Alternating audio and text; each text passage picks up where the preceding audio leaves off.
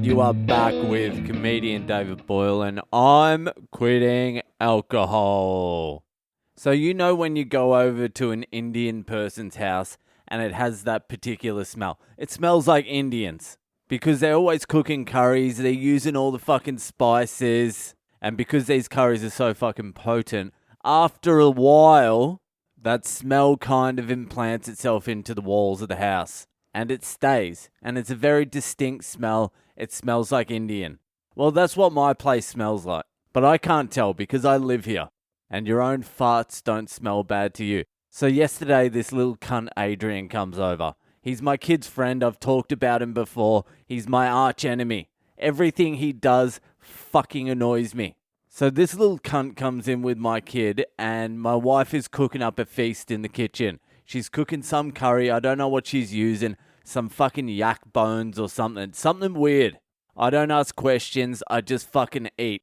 And my wife, somehow, I don't know how, makes the best Indian food I've ever tasted in my entire life. Maybe some of the places we eat in India are better, but definitely nowhere outside of India I've tasted better Indian. And I am a connoisseur of fucking Indian food. Before I met her, I was eating Indian like 4 nights a week, alternating between Indian and KFC. And sometimes I would go for the double header, large beef vindaloo with a 2-piece feet. But anyway, my wife's cooking up some fucking endangered species in the kitchen there, and this fucking little cunt Adrian walks in. No hi or anything.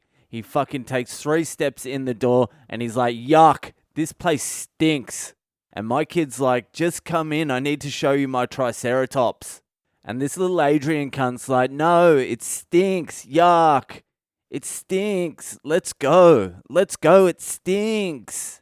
I'm like, listen here, you little fuck. Your mum is frying up chicken feet next door. That is not a complaint a little Asian kid should be making. That is a little white kid complaint. If anyone should be complaining about the smells coming out of this apartment complex, it should be me. I'm the one who has to deal with all the smells. All I want to smell is one potato cooking in the oven. That's what I want to walk past and smell. Instead, I'm surrounded by the smell of fried chicken feet and fucking boiled armadillo, or whatever the fuck she's cooking in there.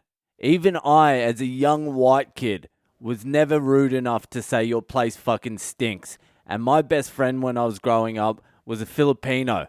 And he lived with his mum, his uncle, his grandma, and for some reason there was fucking fried chicken and chicken bones and all sorts of parts of chickens just lying around everywhere all the time. And it fucking stunk.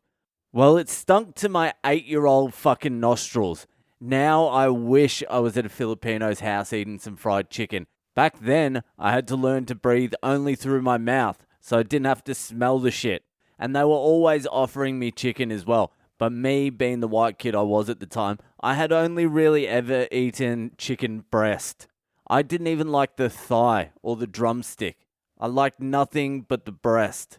And I would go to my Filipino mate's house, and they would offer me some fried chicken, and it would be chopped up with the bones and shit, and I would look at it, and I wouldn't even know what part of the chicken it was. And I wasn't a fan of it, I can tell you that right now, but I also was not a disrespectful kid. Because I was over there so fucking much, I had to learn to eat it. So they would hand me a plate of rice, plain rice, no sauce or anything, and fried chicken.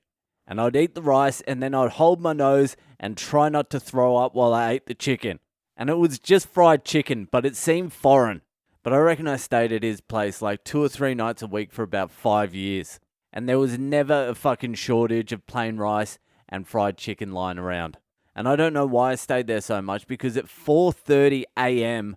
every fucking day, his grandma would wake up and start doing some fucking prayers.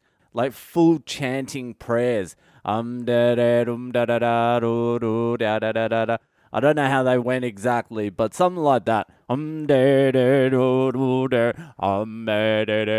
I don't know, because they were Catholics, but maybe the grandma was Buddhist or something.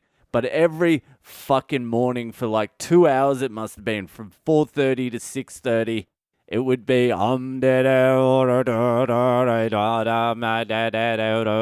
and then bells ringing. Ting! And And I'm like, man, can you tell your grandma to shut the fuck up? And every now and then, if I complained enough, my mate would yell out to his grandma and she would stop for about 3 minutes.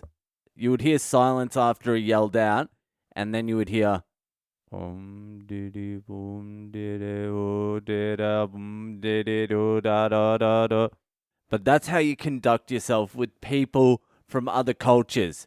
You accept their food and then visibly try not to throw up, and then you get your mate to yell at his grandma while she's doing her morning prayers. You don't just walk into someone's house and start going, this place fucking stinks. That little fuck, every single thing he does irritates me. Fucking Adrian. Anyway, that's enough for tonight.